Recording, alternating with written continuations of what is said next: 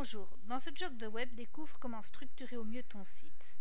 Les sites ont évolué, ils deviennent de plus en plus modulables. Mais avant tout, il faut savoir qu'un site est le plus souvent créé sur base d'une structure.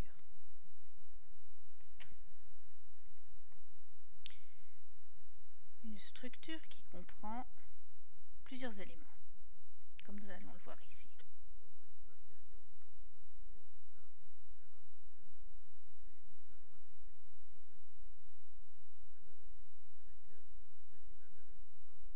On compare un corps humain. Voilà, il y a une en-tête ici, un bras droit et un bras gauche, ici et ici, un corps que l'on voit ici ou ici, voilà,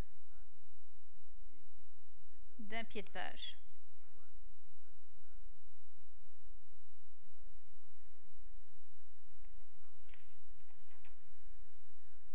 Voilà, le plus souvent, c'est comme ceci, avec un en-tête qu'on appelle top, un menu qu'on appelle menu, un corps qu'on appelle contenu,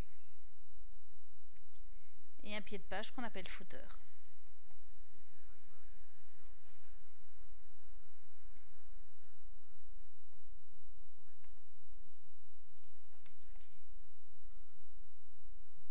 Voilà, donc je vais passer la vidéo.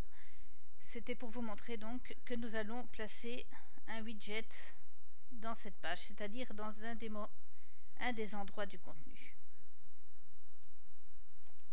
C'est une possibilité.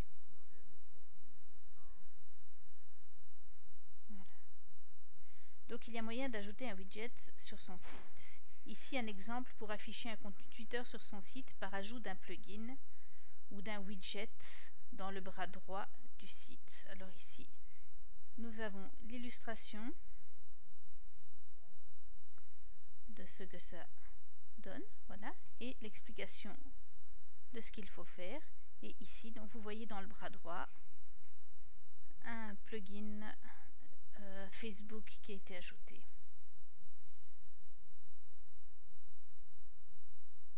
Voilà. Le widget sur la droite de ma page me permet de publier du contenu de mon site chaque fois que mon Twitter et mon Facebook sont mis à jour.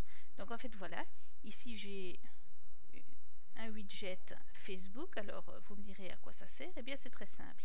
Chaque fois que je mets à jour mon Twitter ou mon Facebook, eh bien ils se mettent à jour directement sur mon site.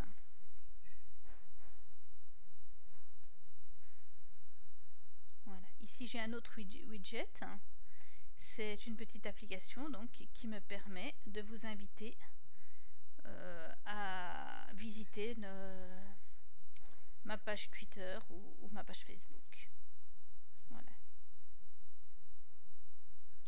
Ici c'est un exemple d'ajout de code dans le corps de mon site. Donc dans le corps de mon site, j'ai placé dans la partie HTML un code qui me permet d'afficher une application de type Web 2.0. Alors, ici. Donc ici c'est une application Prezi